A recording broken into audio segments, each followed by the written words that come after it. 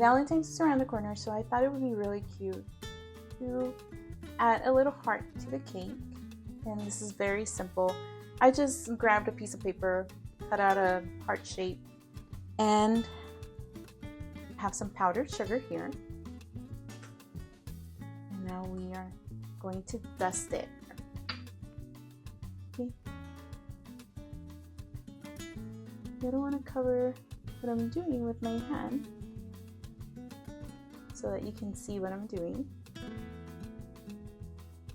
And this cake really doesn't need a lot. It's just perfect the way it is. So when you pick up the heart, be very careful that you don't get any of that sugar on the rest of the cake. I know, not the prettiest thing, but I think it will be easier than to. It's simple to make, and you can just decorate it, and it's very easy and it looks very pretty. I'm very proud of this. Yay!